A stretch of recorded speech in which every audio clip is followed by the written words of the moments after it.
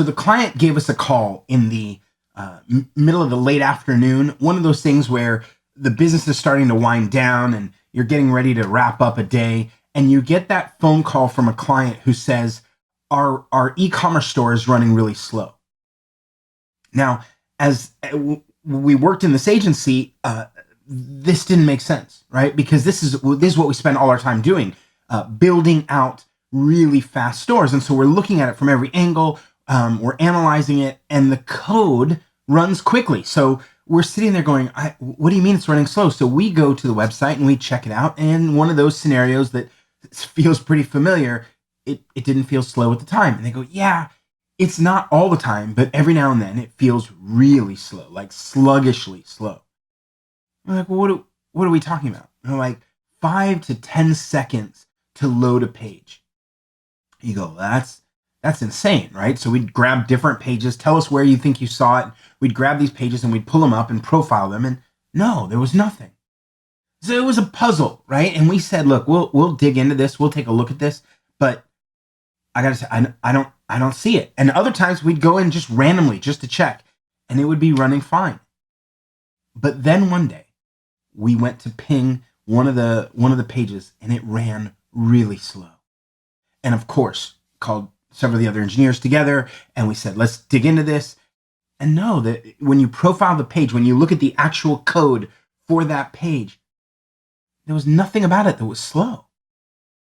As an agency, we're scratching our head trying to figure out what is the erratic nature of this thing. Now, some of you may jump to the end of that story thinking, oh, I know what it is, right? You had to look at the server infrastructure and all the stuff with the host.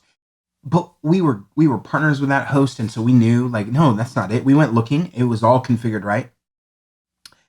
No, it was a little more surprising what was going on.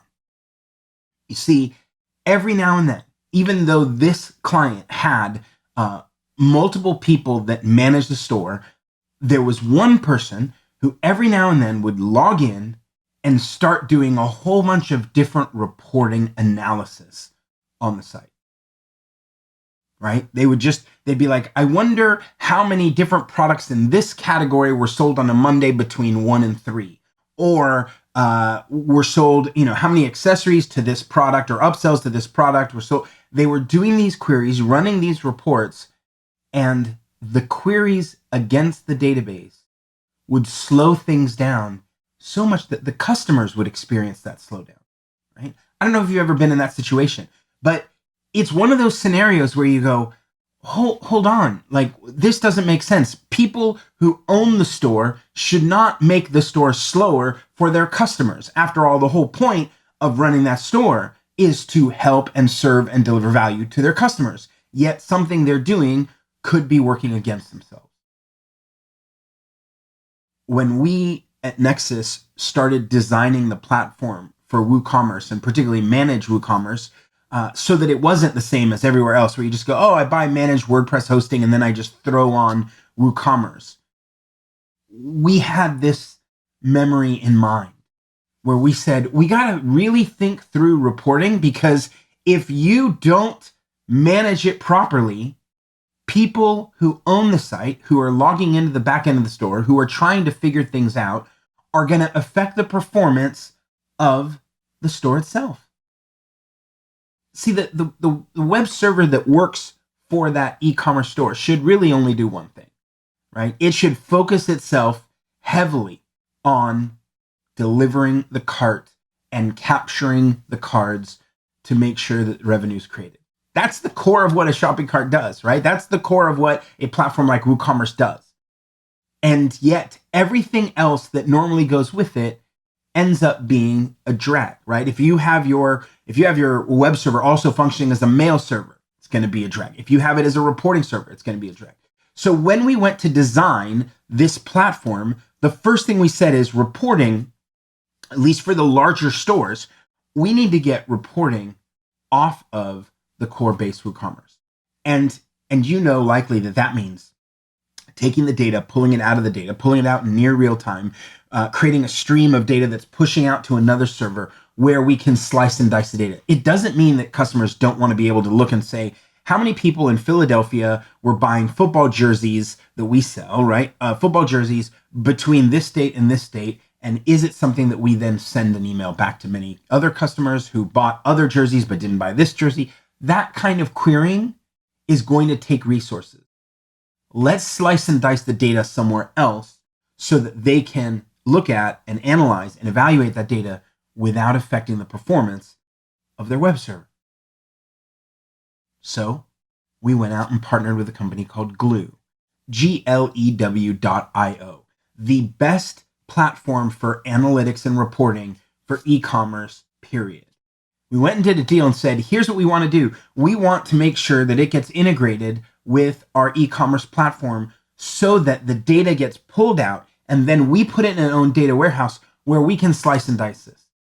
We give customers 24 different segments automatically. Now, every single, you know this, right? As an agency, when you make a recommendation to a customer and say to them, hey, you should segment the data, segment the analysis of the customers coming to your store and understand what these different customers want, right? These groups of customers that function similarly, take that segment and then use it in your campaigns.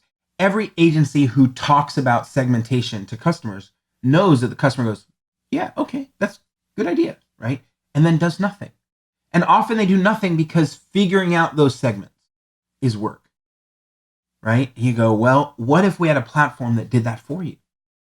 So Glue gives us 24 different segments automatically. Segments like who are the people who've consistently made purchases, meaning more than one purchase, who also have purchased products that are in the top 10% by cost of all your product catalog. If they're consistently buying your high price products, well, you should know that, shouldn't you? When you get a new product and it's a high price product, you'd want to send email to those folks, right? What about people who have spent the most money in your store sequentially over the last year, right? So you want to do LTV and take the top 10% of those folks. Okay, that's a different segment. What about people who make recurring purchases, meaning they've come back multiple times and yet they have used a coupon every single time? Well, you know how to trigger them, right? Send them another coupon. But you don't want to do that analysis. You don't want to slice that up. You don't want to do any of that on your production server because it will slow your store down.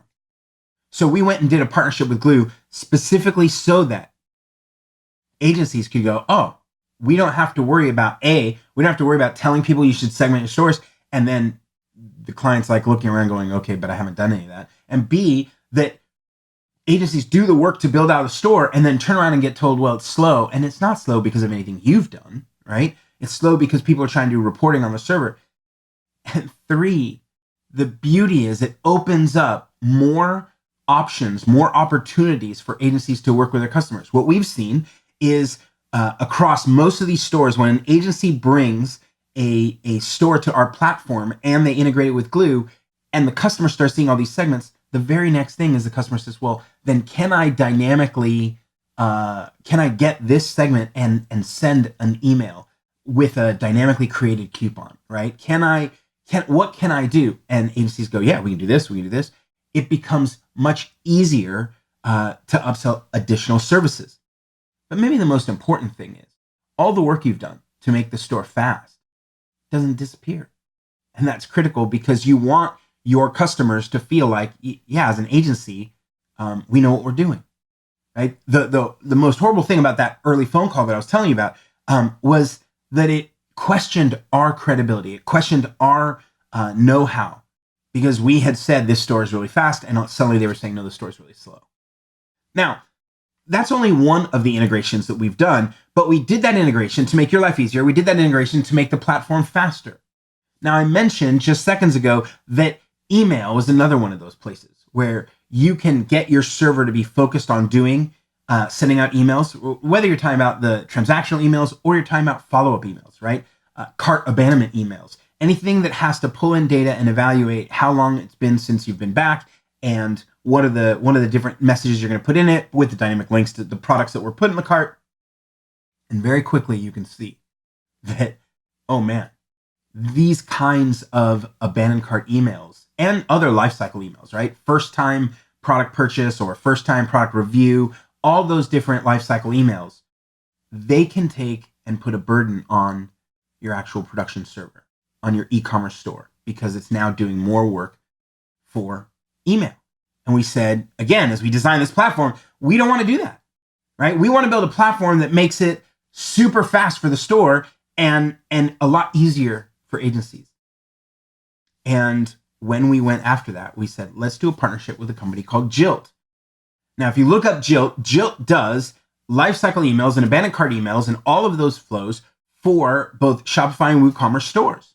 It is another SaaS, just like Glue was, right? And by pulling the processing off of the web server, we allow that SaaS to do all of its own work, right? Calculate and evaluate, know when to send and send out, as well as letting customers come in and write the emails, or agencies go in and write the emails of the sequence, all off of the main web server. So we partnered with them.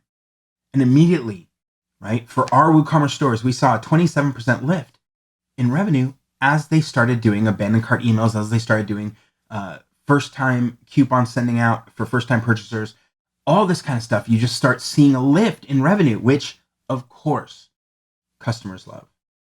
Agencies love it too, because every single time an agency sets up one of these sequences and delivers cash to the customer, right, the agency looks like a hero. And we go, yeah, well, no, we want that, right? We want a dedicated platform. And if you go look at all the other platforms that are like, hey, we host WooCommerce, most of them are like, no, we that's what we do. We host WooCommerce. So we take the plugin, we install it, and there it is. And you go, no, this needs to be a solution for customers and for agencies that delivers far more value than just saying, oh, we dropped a plugin on, good luck. Everything else is up to you. So we partnered with Jilt to make emails a lot better and to create an opportunity for agencies to come alongside their customers and say, well, let's talk about those different lifecycle dynamics and let's figure out what we should author and how we should set it up and get it configured so that you can make more money.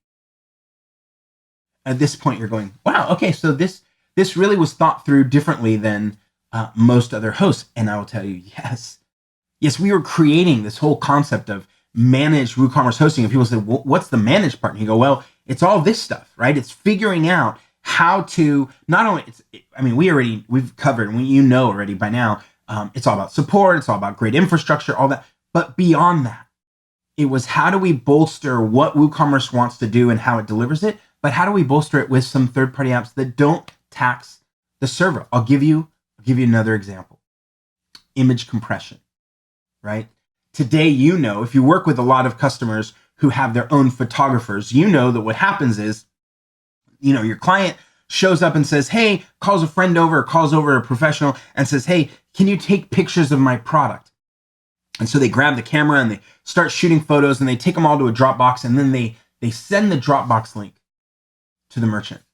And the merchant's like, thank you, this is fantastic. And so they take the video, right, all the folder with all those photos, and they import it straight into WordPress.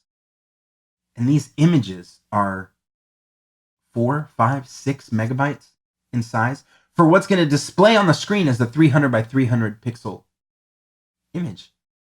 But the merchant just took the photos and uploaded them. And in the days of iPhones and Android phones that have high pixel counts for images, and in the days of DSLRs that everyone's walking around with, you tend to get very large images. Now, for the longest time, agencies have told their customers, hey, if you're going to do this stuff, right, make sure you compress it, open it up in Photoshop, do this, that. Like if you're talking to a company that has a designer in-house, we give them these scripts. We tell them what to do. We tell them, hey, here's how you want to think about managing your images. And yet, people still do it all the time. We see it happen all the time. People just uploading images that are way bigger than what they need to be.